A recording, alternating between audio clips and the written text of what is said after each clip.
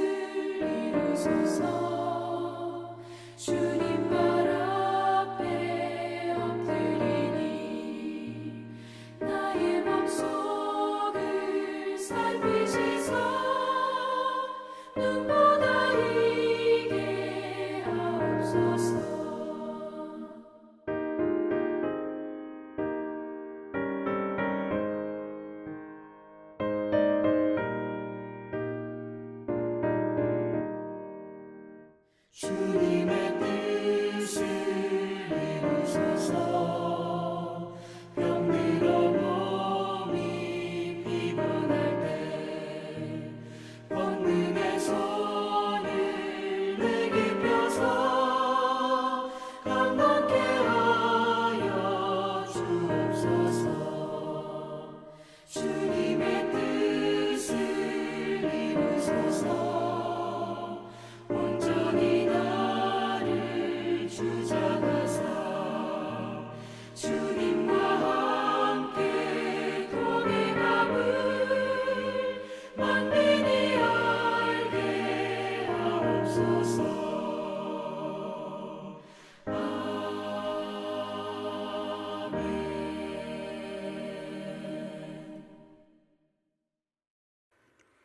오늘 우리에게 주시는 하나님의 말씀은 구약성경 역대상 24장 1절로 5절의 말씀입니다. 구약성경 역대상 24장 1절로 5절의 말씀, 구약성경 646쪽입니다. 우리 함께 봉독하도록 하겠습니다. 아론 자손의 계열들이 이러하니라. 아론의 아들들은 나답과 아비후와 엘르아살과 이다말이라. 나답과 아비후가 그들의 아버지보다 먼저 죽고 그들에게 아들이 없으므로 엘르아살과 이다말이 제사장의 직분을 행하였더라. 다윗이 엘르아살의 자손 사독과 이다말의 자손 아히멜렉과 더불어 그들을 나누어 각각 그 섬기는 직무를 맡겼는데 엘르아살의 자손 중에 우두머리가 이다말의 자손보다 많으므로 나눈 것이 이러하니 엘르아살 자손의 우두머리가 16명이요 이다말 자손은 그 조상들의 가문을 따라 8명이라. 이에 제비 뽑아 피차에 차등이 없이 나누었으니 이는 성전의 일을 다스리는 자와 하나님의 일을 다스리는 자가 엘르아살의 자손 중에도 있고 이다말의 자손 중에도 있음이라. 아멘. 여러분 모두 제비뽑기를 해보신 적 있으십니까? 저도 예전에 직장을 다닐 때 종종 제비뽑기를 했었는데요. 식사를 산다거나 커피를 산다거나 그리고 야근을 누가 할지 결정할 때 이 제비뽑기를 종종 했었습니다. 아마 해보셔서 아시겠지만 이 제비뽑기라는 것이 어떤 것을 놓고 하느냐에 따라서 굉장히 스릴 있고 재미가 있는 것이 이 제비뽑기의 묘미라고 할 수 있는데요. 그런데 만약 인생의 아주 중요한 문제들을 놓고 제비를 뽑아야 한다면 어떨까요? 과연 재미있을까요? 여러분도 보신 적이 있을지 모르겠지만 태국이라는 나라는 우리나라와 마찬가지로 징병제 국가라고 합니다. 그런데 특이한 것은요, 모든 청년들을 징병하는 것이 아니라 해당 연도에 필요한 정원만 징병하는 나라라는 것이죠. 그리고 더 특이한 것은 징병하는 방식이 바로 제비뽑기라고 합니다. 그래서 청년들이 큰 강당 같은 데 모여서 이렇게 제비를 뽑는데 검정색 종이를 뽑으면 면제, 빨간색 종이를 뽑으면 징병 대상자가 된다고 합니다. 당연히 검정색 종이를 뽑는 사람들은 기뻐하고 환호하며 소리를 지르고요. 이 붉은색 종이를 뽑는 사람들은 울기도 하고 쓰러지기도 하고, 제가 이렇게 영상을 보는데 기절하는 사람들도 있더라고요. 여러분, 이처럼 만약 우리도 우리의 인생에 아주 중요한 문제들을 놓고 제비를 뽑아야 한다면, 아니 제비 뽑을지의 여부를 우리에게 묻는다면, 우리는 과연 제비를 뽑는다고 할까요? 뽑지 않겠다고 할까요?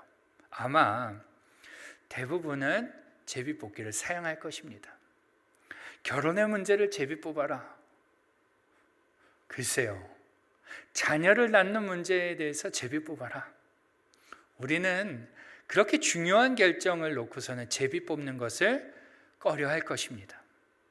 그런데 성경은 어떻습니까? 놀랍게도 성경에는요, 제법 많은 부분에서 이 제비 뽑기가 사용되는 것을 우리가 볼 수 있는데요. 레위기를 보시면요, 제비를 뽑아서 한 염소는 하나님께 드리는 제물로 드리는 염소로 사용되고, 또 한 염소는 아사셀 염소로 진영 밖으로 보내기도 합니다. 또 여호수아서를 보시면요, 이스라엘 백성들이 이 지파들이 땅을 분배받을 때 뭘로 해요? 제비를 뽑아 분배를 받습니다. 또 여호수아 7장을 보시면 아이성 전투에서 패배한 후에 하나님 앞에 범죄한 사람을 색출해낼 때도 뭐를 써요? 제비뽑기를 사용한다는 것입니다. 그뿐만이 아니에요. 느헤미야 11장을 보시면요, 이 포로로 귀환한 백성들이 황폐해져 버린, 누구도 살고 싶지 않았는 이 예루살렘에서 거주할 사람들을 뽑을 때 제비뽑기를 사용하고요. 또 얼마 전에 우리가 요나서를 봤지 않습니까? 요나서에서도 마찬가지로 풍랑이 일던 바다에 빠뜨릴 사람을 제비로 뽑아 결정하는 것을 우리는 볼 수 있었습니다. 구약 시대만 그런 것은 아닙니다. 신약 시대도 그랬습니다. 우리가 잘 아는 대로 예수님의 제자들 중에 가룟 유다가 죽고 난 후에 이 마띠아가 예수님의 12사도 중 한 사람으로 뽑히게 되는데요, 이때도 마찬가지로 제비를 뽑아 세우게 되죠. 우리는 흔히 제비를 뽑을 때는 가벼운 일, 이렇게 돼도 되고 저렇게 돼도 되고 뭐 이렇게 되나 저렇게 되나 상관없는 일에 제비를 뽑지만, 성경에서는 유독 중요한 일을 결정할 때 이 제비를 뽑는 것을 사용한다는 것입니다. 제비를 뽑아 결정했다라는 것이죠. 오늘 본문도 역시 굉장히 중요한 일을 앞두고 다윗이 제비를 뽑는 것을 볼 수 있는데요.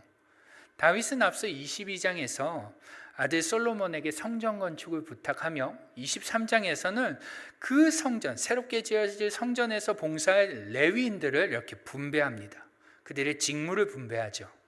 그리고 오늘 본문에서 특별히 대제사장 가문인 아론의 가문에 대해서 이 제사장 직분을 분배하는 것을 볼 수 있는데요. 우리 한번 1절과 2절 말씀을 보도록 하겠습니다. 같이 한번 읽어볼까요?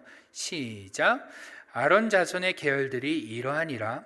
아론의 아들들은 나답과 아비후와 엘르아살과 이다말이라. 나답과 아비후가 그들의 아버지보다 먼저 죽고 그들에게 아들이 없으므로 엘르아살과 이다말이 제사장의 직분을 행하였더라. 아멘. 그렇습니다. 아론에게는 4명의 아들들이 있었는데, 우리가 잘 아는 대로 민수기 26장을 보시면요, 나답과 아비후가 아론보다 먼저 죽는 사건이 생깁니다. 나답과 아비후가 여호와께서 명하신 불이 아닌 다른 불로 분향을 하다가 하나님으로부터 죽임을 당하게 되죠. 그래서 아론의 아들들은 2명밖에 남지 않게 됩니다. 누구죠? 엘르아살과 이다말. 문제는 이 아론의 아들 대까지만 해도요, 엘르아살과 이다말 단 2뿐이기 때문에 제사장 직무를 어떻게 분배하느냐의 형평성에 문제가 없었습니다. 그런데 그들의 후손은 문제가 있었다라는 것입니다. 그들의 후손들은, 엘르아살과 이다말의 후손들은 이 대를 거듭하면서 각기 큰 가문을 이루었고요, 그렇게 엘르아살의 후손들은 오늘 본문의 말씀처럼 대표자가 몇 명이요? 16명. 이다말의 후손들은 대표자가 8명이나 되는 큰 그룹이 되었던 것입니다. 그래서 다윗은 이처럼 각기 큰 그룹을 이루고 있는 큰 그룹을 형성한 이 아론의 후손들을 두고 새롭게 세워질 이 성전에서 그들이 어떻게 하면 제사장 직분을 감당할 수 있을지, 어떻게 그들의 제사장 직분을 나누면 좋을지 고민할 수밖에 없었던 것입니다. 심지어 보신 바와 같이 엘르아살의 후손들은 이다말의 후손들에 비해 2배나 많은 수로 번성했기에 자칫 잘못하면요, 제사장 직분을 감당하는 이 제사장 직분을 정하는 이 중요한 문제에 있어서 엘르아살의 후손들은, 엘르아살의 가문은 자신들이 제사장의 수도 많고 영향력이 있으니 제사장직을 독점하려 할 수도 있었습니다. 또 반대로 이다말의 집안에서는 그러한 엘르아살의 집안을 보면서 그런 법이 어딨냐고 싸울 수 있는 문제였던 것이죠. 그러니 이 제사장 직무를 나누는 문제는 그리 간단한 문제는 아니었다는 것입니다. 그런데 이러한 상황 가운데서 오늘 본문 3절을 보시면 다윗이 어떻게 했다라고 기록하고 있죠? 3절도 한번 같이 읽어볼까요? 시작. 다윗이 엘르아살의 자손 사독과 이다말의 자손 아히멜렉과 더불어 그들을 나누어 각각 그 섬기는 직무를 맡겼는데. 아멘. 개역개정 성경은요, 마치 다윗이 아론의 자손들 중에서 사독과 아히멜렉을 나누고 그 둘에게 제사장 직무를 나누어 맡긴 것처럼 오해할 수 있도록 번역해 두었습니다. 그런데 이것을 세번역으로 보면 조금 의미가 좀 더 확실하게 와닿는데요, 세번역으로도 한번 읽어보도록 하겠습니다. 시작. 다윗은 엘르아살의 자손 사독과 이다말의 자손 아히멜렉과 함께 아론 자손의 갈례를 만들어서 그들이 할 일에 따라 직무를 맡겼다. 아멘. 이해가 좀 되시죠? 다윗은 엘르아살의 자손의 대표 사독과 또 이다말 자손의 대표 아히멜렉과 함께 이렇게 커져버린 아론의 자손, 아론의 가문을 정리를 한 것입니다. 정리를 해서 엘르아살의 자손은 16개의 그룹으로, 이다말의 자손은 8개의 그룹으로 나눈 것이죠. 그리고 각 그룹에서 한 사람씩을 대표자로 세웠다라는 것입니다. 그리고 각 그룹의 대표자, 곧 제사장을 중심으로 제사의 직무를 분배하였다라는 것입니다. 그런데 이렇게 잘 분배하고 잘 나눴지만 문제가 하나 더 남아 있습니다. 그게 뭘까요? 누가 언제 어떤 가문이 성전에서 봉사하느냐, 얼마나 봉사하느냐, 이게 문제로 남아 있었던 것이죠. 우리도 그렇지 않습니까?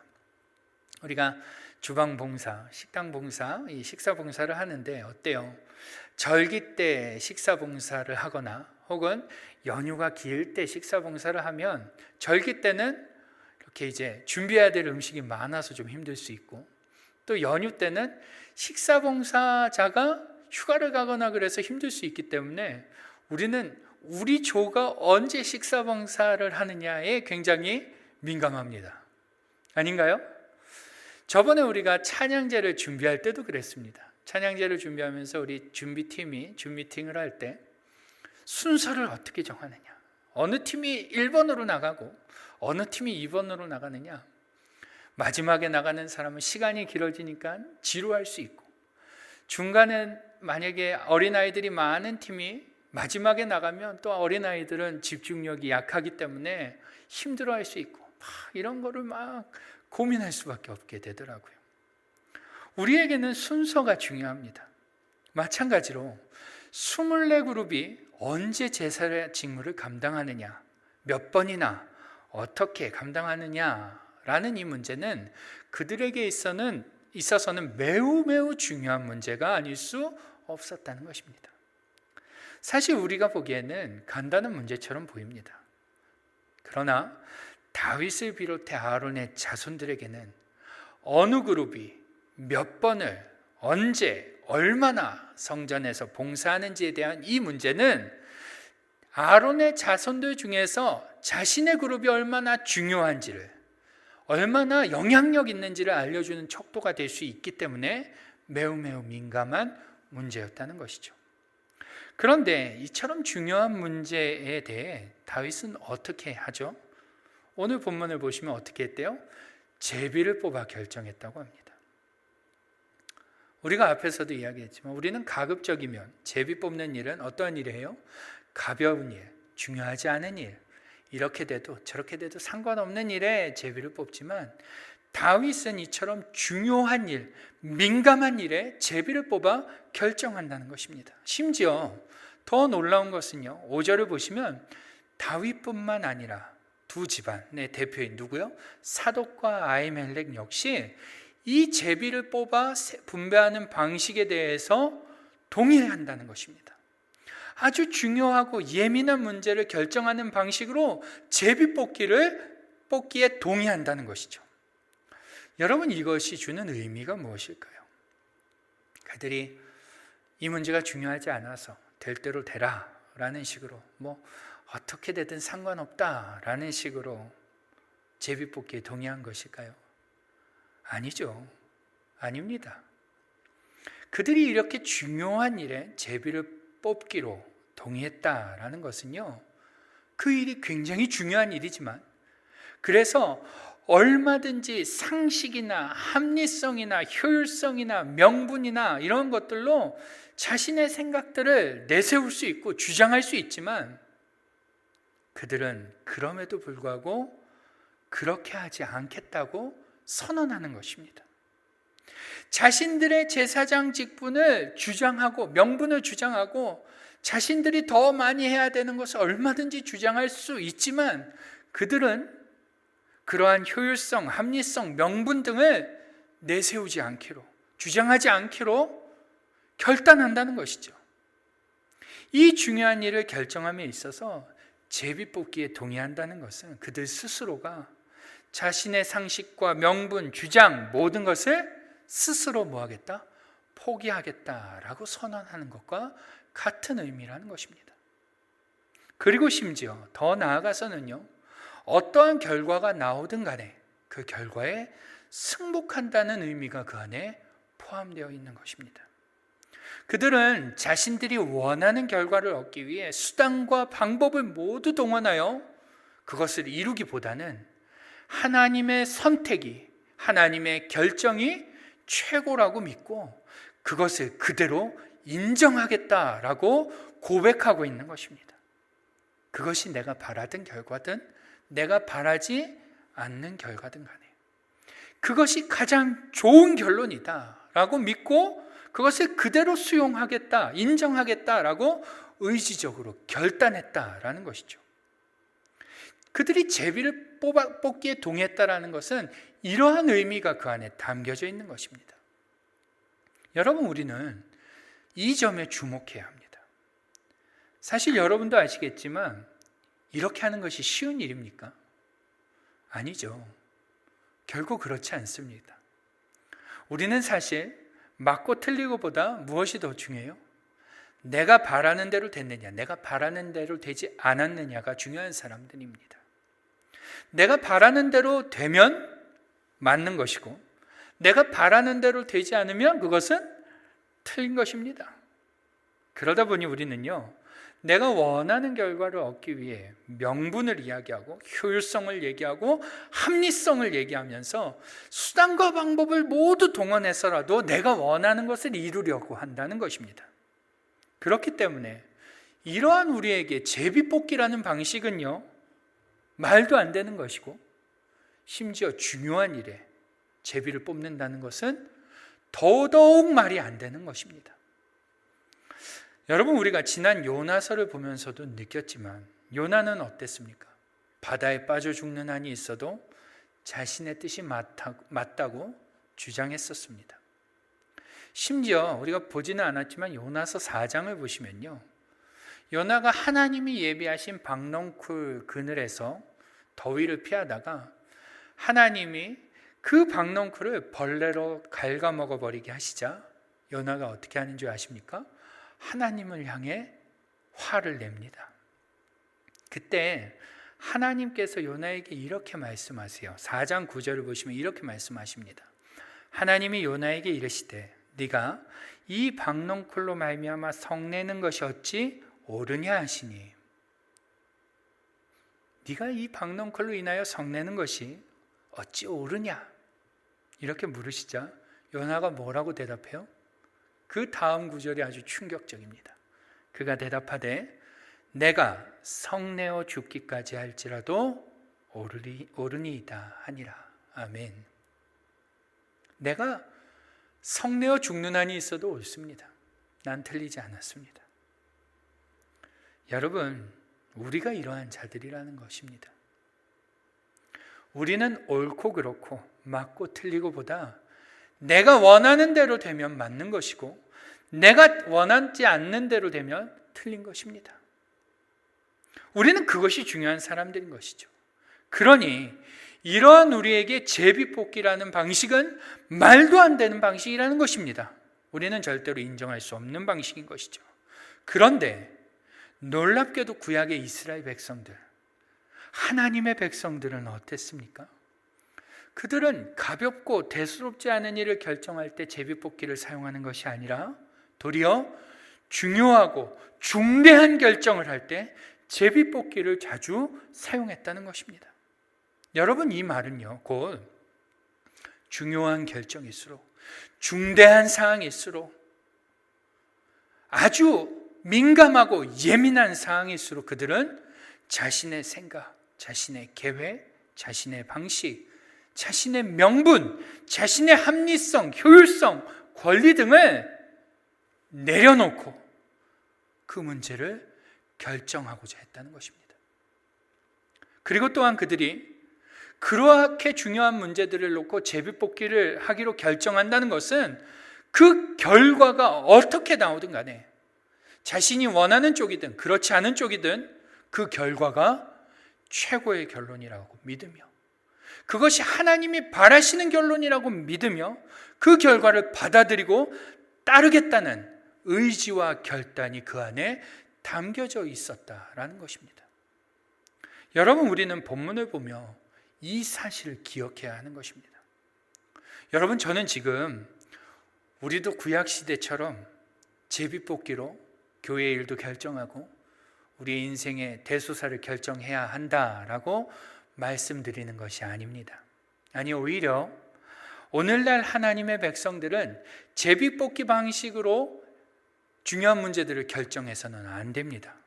왜냐하면 이 제비뽑기라는 방식은요, 구약시대 그리고 신약시대 초반까지만 하나님께서 임시적으로, 아주 일시적으로 사용한 하나님의 뜻을 알려주고 나타내기 위한 아주 일시적인 방법이었기 때문에 그렇습니다.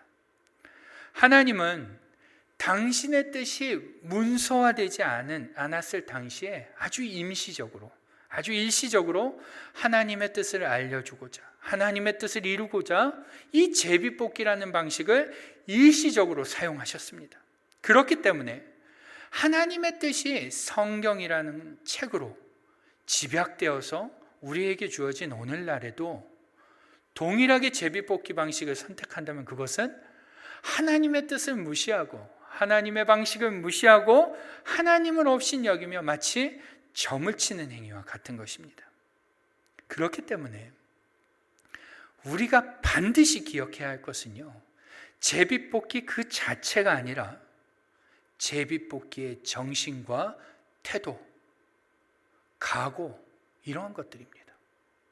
하나님의 말씀인 성경, 하나님의 뜻이 녹아져 있는 성경을 구약의 제비뽑기와 동일한 정신과 자세로 받아들여야 한다는 것이 우리가 중요하게 기억해야 할 점이라는 것입니다. 우리는 구약의 백성들이 하나님의 뜻이 어디에 있는지 알기 위해 제비뽑기를 하기로 결정하며 가졌던 그 각오와 자세, 마음가짐을 오늘 우리도 동일하게 가진 채로 하나님의 말씀을, 하나님의 뜻을 대면해야 한다는 것이죠. 하나님의 말씀을 마주하면서 그 말씀 앞에서 자신의 생각, 자신의 계획, 방식, 명분, 합리성, 효율성 등을 스스로 포기할 그러한 마음가짐이 우리에게 있어야 한다는 것입니다. 또 하나님의 말씀을 마주하면서 그 말씀이 내가 원하는 결론과 다르고 내가 바라는 바와 다르다 할지라도 그것이 옳은 것임을, 바른 것임을 인정하고 받아들이고 따를 각오로 우리는 하나님의 말씀을 마주해야 한다는 것이죠. 단순히 하나님의 말씀을 공부하듯이, 학습하듯이, 이스라엘의 역사를 배우듯이, 재미있는 이야기나 소설을 읽듯이 그렇게 마주하는 것이 아니라 하나님의 말씀을 무조건 따른다. 그 말씀이 나의 의견과 나의 생각과 나의 결론과 다르다 하더라도 그것이 옳다, 그것이 맞다, 그것이 최선이다, 그것을 받아들이겠다라는 필사의 각오로 우리는 그렇게 하나님의 말씀을 마주해야 된다는 것입니다. 그런데 여러분, 솔직히 우리의 모습은 어떻습니까? 솔직히 우리가 하나님의 말씀을 마주하는 모습은 어떤가요? 애초부터 우리는 하나님의 말씀을 마주하며 그러한 마음이 전혀 없습니다.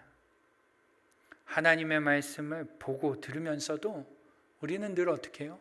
현실이라는 핑계를 댑니다. 그리고 그러면서 어떻게 해요? 어쩔 수 없다는 변명을 늘어놓죠. 그리고 더 나아가 누구나 그렇게 하는데, 남들도 그렇게 하는데 라는 합리화를 합니다. 우리는 하나님의 말씀을 대면하며 적당히 둘러대며 그렇게 하나님의 말씀을 대면하고 있는 것입니다. 또 어떤 이들은요, 하나님의 말씀을 대면할 때 마치 판촉 행사 나온 직원의 홍보 멘트를 듣듯이 적당히 이것저것 따져가면서 콧대 높은 자세로 한번 나한테 말 잘하면, 한번 나한테 감동을 주면 내가 사줄게 라는 식으로 그렇게 하나님의 말씀을 대하기도 합니다. 또 어떤 사람들은 하나님의 말씀 앞에 냉정하게 자신을 비춰보지 못하고 제법 자기는 그 말씀에 온전한 것 양 큰 아멘 소리로 화답하며 자신의 의로움을 과시하듯이 그렇게 하나님의 말씀을 마주합니다. 우리는 대다수가 하나님의 말씀 앞에서 전적으로 내 생각, 내 명분, 효율, 합리성 그런 것들을 포기하고자 하는 마음도 없고 그 말씀의 결론을 수용할 마음도 없이 그렇게 하나님의 말씀을 매일, 매주 그렇게 마주하고 있는 것입니다. 그러다 보니 문제가 무엇입니까? 하나님의 말씀을 듣고 보고 마주하면서도 하나님의 역사가 없다는 것입니다. 신앙생활에 하나님의 역사가 경험되지 않는다라는 것이죠. 여러분, 이것이 큰 문제입니다.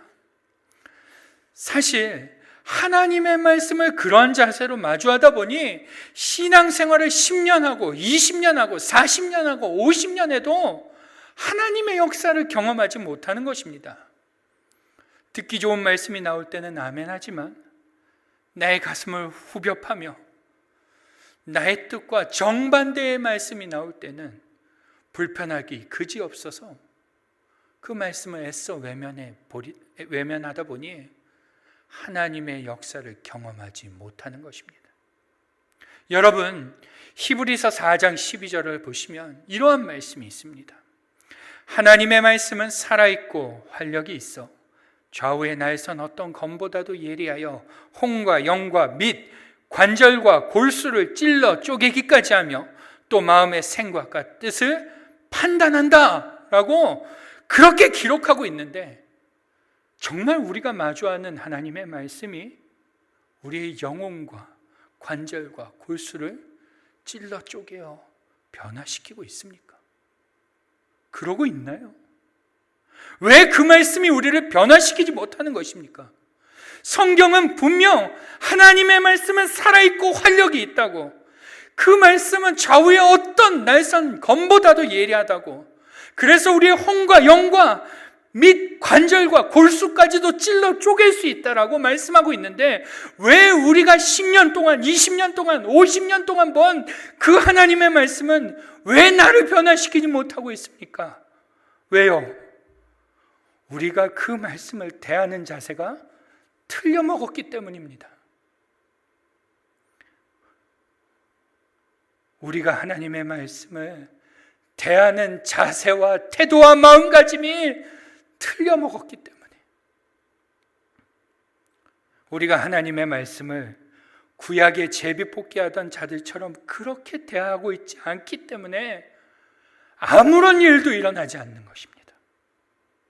여러분, 우리가 잘 알고 있지만 성경에는 중요한 결정 앞에서 자신의 생각을 내려놓고, 자신의 어떠한 권리나 명분을 내려놓고, 심지어 결과까지도 내려놓고 하나님의 말씀에 단순하게 순종하여 하나님의 기적의 역사를 경험한 자들이 소개되고 있습니다. 홍해 앞에 섰던 모세가 그랬고, 요단을 건넜던 제사장들이 그랬으며, 이방인 나아만이 그랬고, 물 위를 걸은 베드로가 그랬으며, 10명의 나병 환자가 그랬습니다. 그들은 모두 자신의 어떠한 것들도 다 포기하고 그저 하나님의 말씀을 듣고 따르겠다는 마음으로 그 하나님의 음성을 들었으며 단순한 순종을 보였습니다. 그럴 때 그들에게 놀라운 역사가 일어나게 되었죠. 여러분, 오늘 저는 우리가 이래야 한다고 생각합니다. 재고 따지고 이건 맞고 저건 틀리고, 이건 할 수 있고 저건 할 수 없고, 그러한 마음가짐으로 성경을 10번 읽고 100독을 해도 그런 사람은 하나님의 역사를 경험할 수 없습니다. 여러분, 한번 하나님의 말씀을 제비뽑기 하는 자들의 심정과 자세로, 그리고 각오로 다시 한번 대면해 보시기 바랍니다. 제비뽑기를 하던 자들의 마음과 각오와 태도로 우리가 읽고 있는 성경, 우리가 듣고 있는 말씀을 다시 한번 대면해 보시기 바랍니다. 그리고 그렇게 대면하여 그 말씀의 결론에 한번 순종해 보시기 바랍니다. 용서하라는 말씀에 한번 용서해 보시고, 사랑하라는 말씀에 한번 사랑해 보시고, 회개하라는 말씀에 한번 가슴을 치며 회개하며, 항상 기뻐하라는 말씀에 기쁨의 이유를 좀 찾아보시고, 쉬지 말고 기도하라는 말씀에 시간을 구별하여 한번 기도해 보시고, 범사에 감사하라는 말씀에 감사할 제목을 적어가며, 주를 위해 섬기라는 말씀에 몸이 부서져라 한번 섬겨보시기 바랍니다. 그 말씀을 한번 살아내 보십시오. 내 생각, 내 판단, 내 이유, 모든 것들을 내려놓고 그 결론에 한번 단순하게 한번 순종해 보시기 바랍니다. 이런저런 핑계 대지 마시고, 합리화하지 마시고, 제비 뽑는 자들의 모습으로 한번 그 말씀을 삶으로 살아내 보시기 바랍니다. 분명 그러면 우리의 삶에 하나님의 놀라운 역사가 있을 줄 믿습니다. 사랑하는 여러분, 오늘 여러분이 하나님의 말씀을 보고 듣는 자세가 어떤지 한번 겸손하게 돌아볼 수 있길 바랍니다. 과연 나는 하나님의 말씀을 어떠한 모습으로, 어떠한 자세로, 어떠한 태도로 보고 듣고 있는가? 그리고 그러한 우리의 모습 가운데 이 제비뽑기를 하는 자들과 같은 각오와 마음과 자세와 태도가 없다면 가슴을 치며 하나님, 이러한 자세가 태도와 마음가짐이 내게 있게 해달라고 회개하며 한번 새롭게 다짐할 수 있기를 바랍니다. 그리고 그 하나님의 말씀을 한번 단순히 순종해 보시기 바랍니다. 분명 그렇게 살게 되면, 그렇게 하나님의 말씀을 마주하게 되면 하나님의 역사가 있을 것입니다. 확신합니다. 오늘 그 하나님의 역사를 삶 속에서 생생히 경험할 수 있는 우리 모두가 될 수 있기를 주님의 이름으로 축원합니다. 아멘. 기도하겠습니다. 우리 같이 한번 통성으로 기도할 때, 하나님, 우리의 모습을 돌아봅니다. 하나님의 말씀을 대하는 자세가 어떤지 돌아봅니다. 재고 따지고 이건 맞고 이건 틀리고 이건 할 수 있고 이건 할 수 없다라는 핑계를 늘어놓을 심사로 우리는 그렇게 하나님의 말씀을 보고 있음을 인정하며 회개합니다. 하나님이 우리를 불쌍히 여겨주시고 오늘 본문에 제비 뽑기 하는 자들과 같은 마음가짐과 태도로 하나님의 말씀을 듣고 보며 따를 수 있는, 그래서 하나님의 역사를 경험할 수 있는 우리가 되게 해달라고 우리 같이 한번 통성으로 기도하도록 하겠습니다.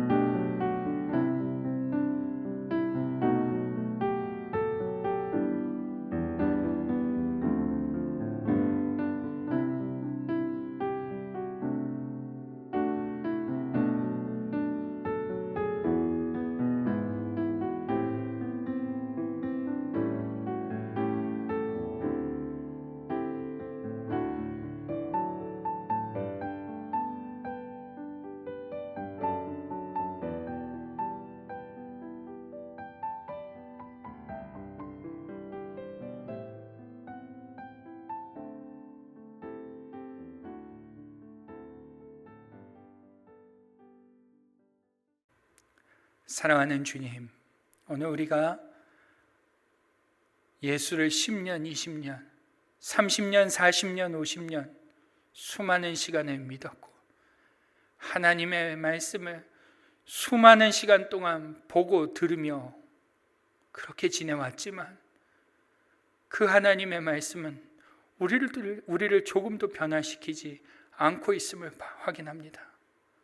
그 이유는 하나님의 말씀이 능력이 없어서가 아니라 우리가 하나님의 말씀을 대하는 태도가 틀렸기 때문입니다.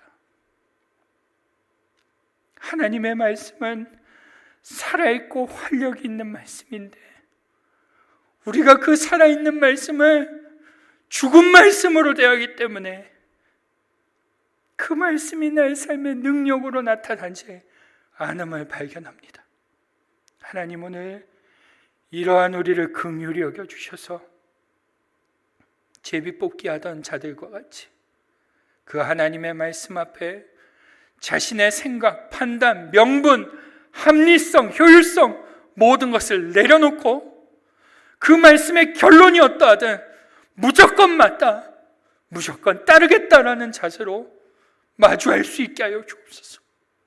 그렇게 하나님의 말씀을 마주하는 자들마다 하나님의 역사를 경험하게 됨을 믿사오니 오늘 우리 모두가 그러한 하나님의 역사를 경험하는 자들, 하나님의 말씀을 그렇게 듣는 자들 되게 하여 주옵소서. 그러한 일을 우리 가운데 이루시고 행하실 것을 기대하며 우리 주 예수님의 이름으로 감사하며 기도드립니다. 아멘. 우리 이 시간 다 함께 찬송하시겠습니다. 찬송가 347장입니다.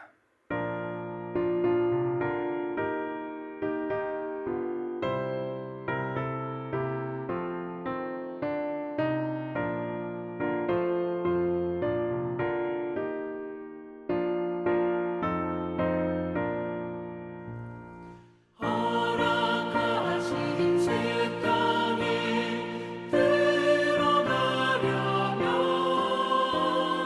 마음의 준비 다하여 힘써 일하세. 여호수아 본받아 앞으로 가세. 우리 거할 저선은 주님 품이세.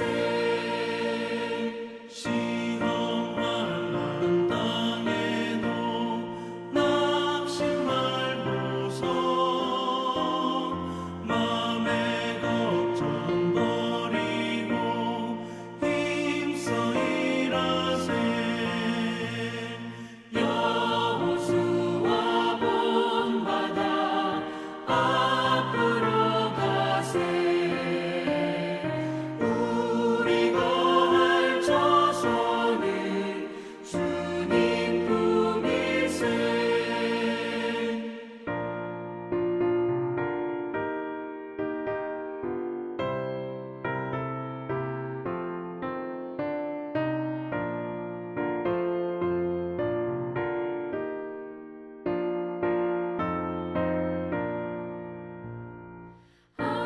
앞서가신 예수님 바라보면서 모두 마음을 합하여 힘써 일하세. 여호수아 본받아 앞으로 가세. 우리 거할 저선은 주님 품이세. 일할 곳이 아직도 많이 있으니 담대하게 나가서 힘써 일하세. 여호수아 본받아 앞으로 가세. 우리 거할 저선은 주님 품이세.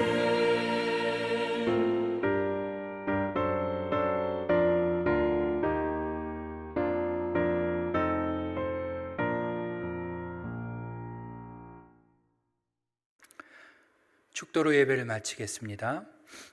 지금은 우리의 구주가 되시는 예수님의 은혜와 아버지 하나님의 크고 위대하신 사랑과 성령님의 감화 감동 내주교통 역사하심이 오늘도 하나님의 말씀 앞에 우리의 생각들을 내려놓고 겸손함으로 따르고자 하는 마음으로 삶으로 살아내고자 하는 마음으로 하나님의 말씀을 마주하기를 결단하며 돌아가는 우리 사랑하는 연합교회 모든 성도님들 머리 위에 저들의 가정과 직장과 자녀들과 사업장 위에 지금부터 영원토록 함께 계시기를 간절히 축원하옵나이다. 아멘.